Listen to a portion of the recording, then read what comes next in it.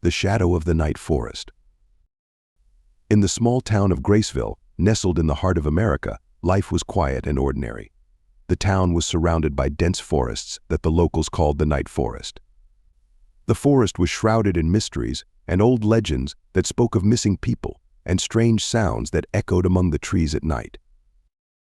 One autumn evening, a group of teenagers decided to venture into the Night Forest to film a scary video for their blog. They had heard many stories about strange occurrences and wanted to experience them firsthand. The group consisted of 4 friends: James, Emily, Lucas, and Sarah. They had known each other since childhood and often spent time exploring the surroundings together. As the sun began to set, the teenagers set out into the forest, armed with flashlights, cameras, and smartphones.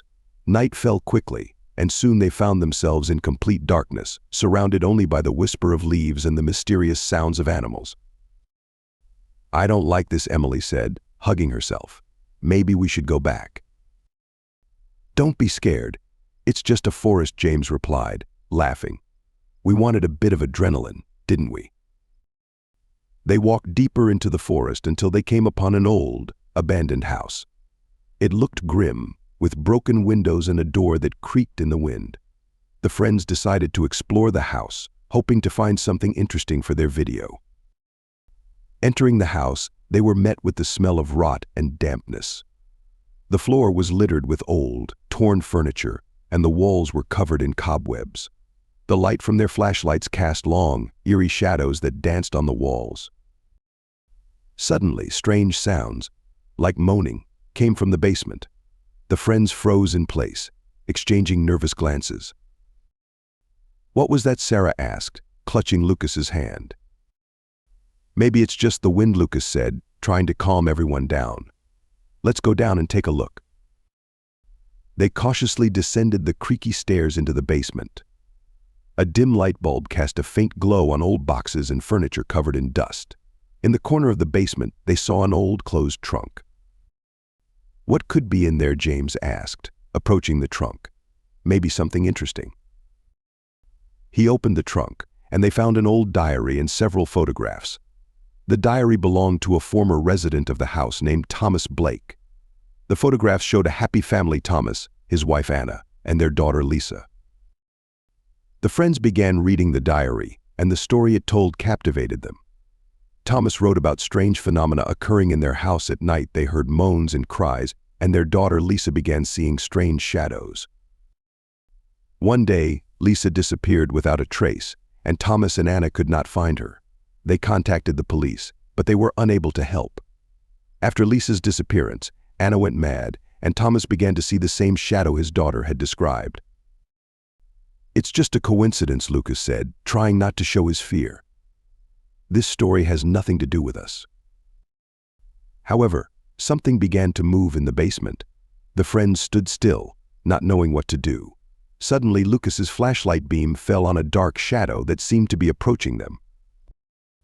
"Let's get out of here," Sarah shouted, and they rushed to the stairs. The basement filled with cold air, and the friends felt something invisible chasing them. They ran out of the house without looking back and fled back to town. Returned to the town. Returning home, the friends tried to forget what had happened. But at night they had nightmares, and they felt that someone or something was watching them. They decided to meet at a local cafe to discuss the situation. "That was terrifying," Emily said, holding a cup of hot chocolate. "I think we need to do something." Like what Lucas asked, feeling anxious. "We don't even know what we're dealing with." James, always decisive and brave, suggested investigating the house's history and trying to find more information about Thomas Blake and his family. They decided to start with the local archive, where old records might be kept. Researching the archive. The next day they went to the archive, where they found old newspapers and documents that told the story of Lisa Blake's disappearance and the tragedy that befell the family. They also found mentions of strange occurrences in the house long before the girl went missing. "Look at this," James said, showing them a newspaper article. "It says that in the 1930s, several mysterious disappearances occurred in that house."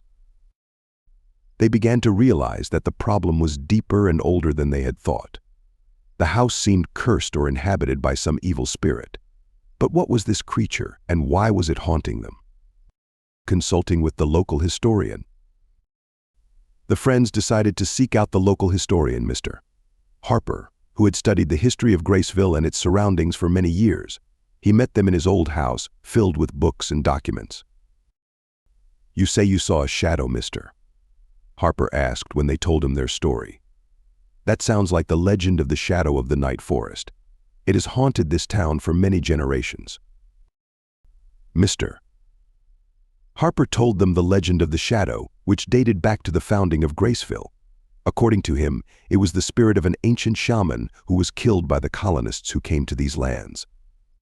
Before his death, he cursed the forest and all who dared to enter it.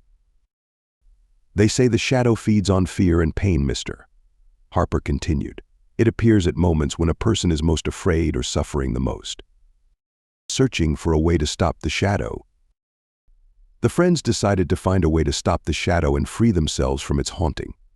They returned to the Blake house, hoping to find clues or some magical artifacts that could help.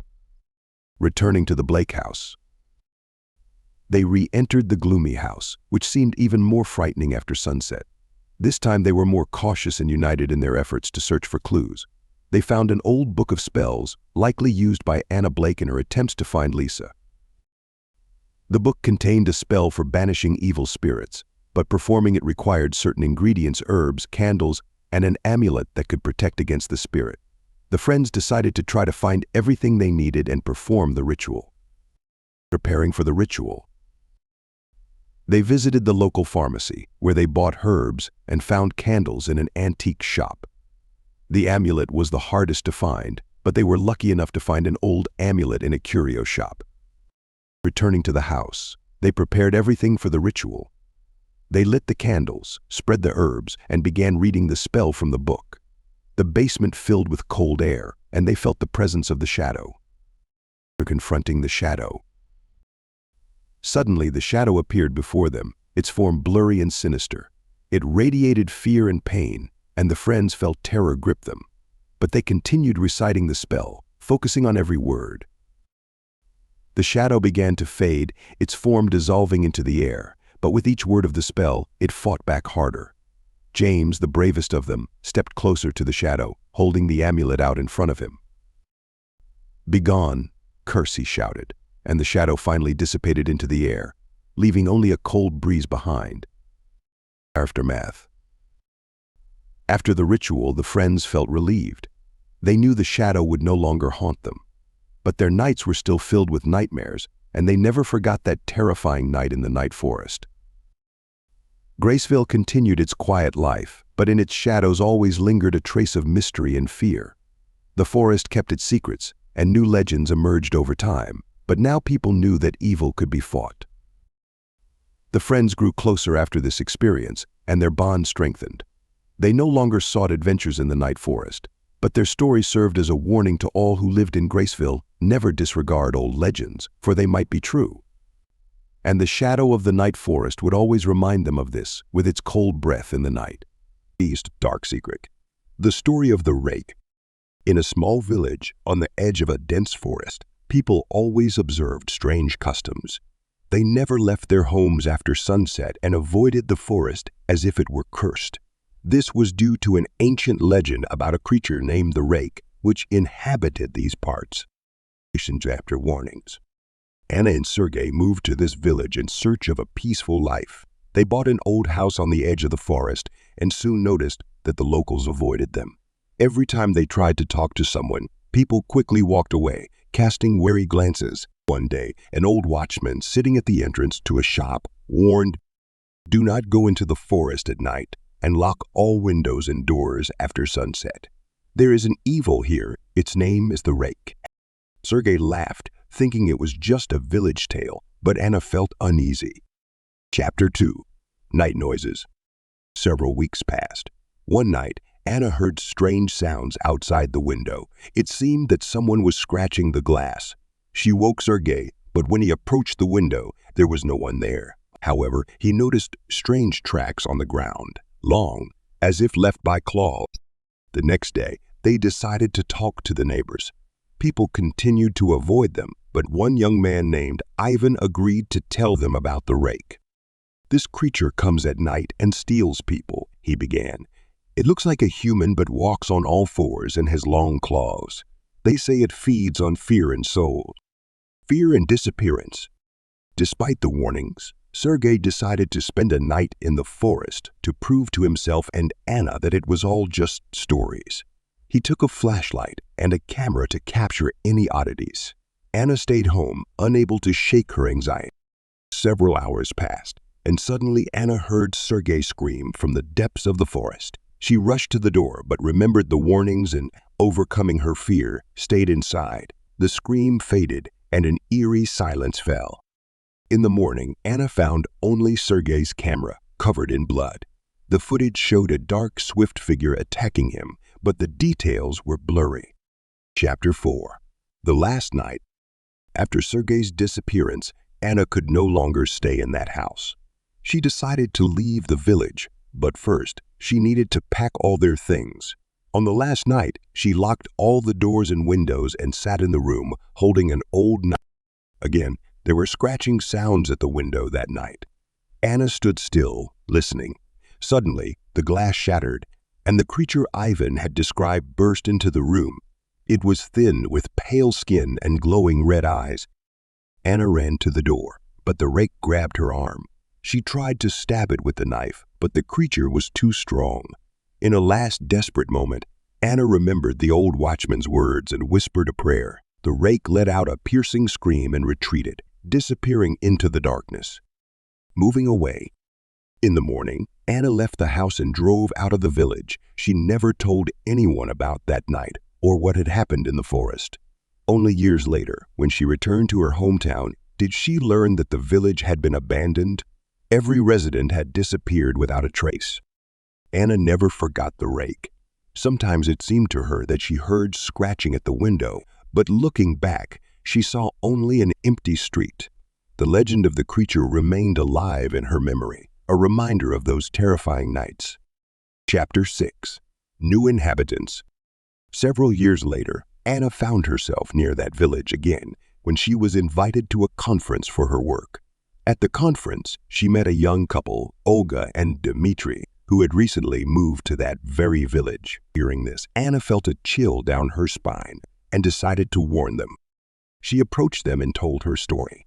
Dmitry and Olga listened with interest but did not believe her. They decided it was just an old, scary tale and invited Anna to visit. Reluctant to leave them unprotected, Anna agreed. Turning to the village. When they arrived in the village, Anna noticed many changes. The houses seemed neglected and the streets were empty. However, Dmitry and Olga's house was well maintained, giving hope. They had dinner, and the conversation turned to the strange events happening in the village. Olga mentioned that they also heard strange noises at night and recently saw strange tracks around the house. Anna insisted they be cautious and not go out at night. Chapter 8. Another disappearance. That night, Anna stayed with Olga and Dmitry. They locked all doors and windows, as she advised. But around midnight, they heard a loud crash. Olga and Dmitry were scared and decided to check despite Anna's warnings.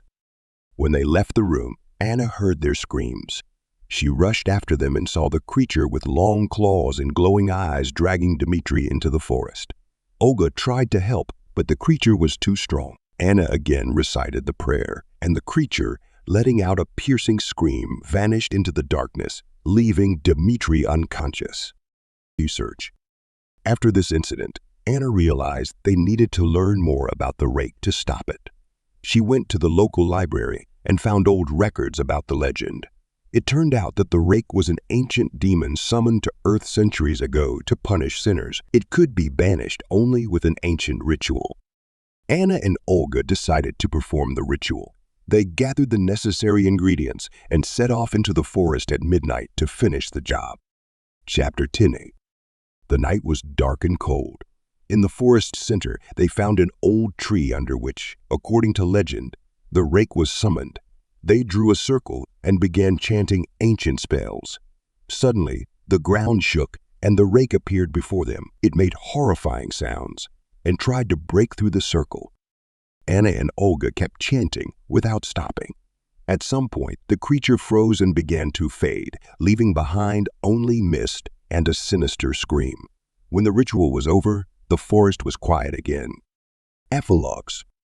After this event, the village began to come to life. People returned, and life gradually improved. Anna and Olga remained good friends and often recalled that dreadful night when they managed to defeat the ancient evil. Dmitri fully recovered from the attack, and together with Olga, they lived in the village, but now they knew what to do if the evil ever returned. Passage Chapter 11. Several years passed since the rake was banished. Anna returned to her normal life in the city, but the memories of those events still haunted her. She started writing a diary, detailing all her experiences and knowledge about the ancient demon. One day, a young journalist named Alexei knocked on her door. He was investigating paranormal phenomena and had heard about the events in the village. He wanted to interview Miss Anna. I would like to learn more about your experience with the rake.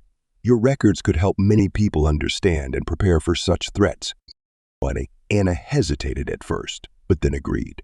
She gave Alexei her diary and told him everything she knew. Chapter 12. The Return of Horror. Alexei published an article about the rake, which caused a big stir. People became interested in the legend and tried to investigate it. Some even ventured into the village looking for adventure. One day, Anna received a troubling message from Olga. She wrote that she had begun hearing strange noises again and seeing tracks around the house. Anna immediately drove to the village to help her friend. When she arrived, the village was again gripped by fear. People spoke of night attacks and disappearances. Anna realized that the rake had returned. Unification. Anna, Olga, Dmitri, and Alexei decided to unite to banish the demon again. They referred to old records and found mention of a more powerful ritual that was supposed to destroy the rake once and for all. They gathered all the necessary ingredients and went into the forest. This time there were more of them, and they felt more confident. As they began the ritual, the ground shook again, and the rake appeared before them. Chapter 14. The Final Battle. The rake was even more aggressive and strong. It tried to break through the protective circle, but Anna and her friends kept chanting the spells. Alexei, an experienced researcher, suggested using amulets found in ancient record. They placed the amulets around the circle, and the rake began to weaken. The creature let out horrible screams but could not break through the protection. Finally, after hours of struggle, the ritual was completed, and the rake disappeared, leaving only a new life. After the rake was banished, the village finally came to life. People no longer feared the night and could live peacefully. Anna, Olga, Dmitri, and Alexei became local heroes. They continued with their lives, but now they shared a common victory over an ancient evil. Anna wrote a book about her experiences, which became a bestseller.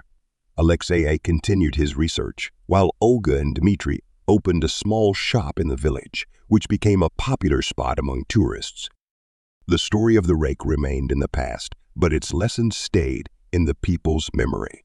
They knew that evil could return, but now they were prepared for it.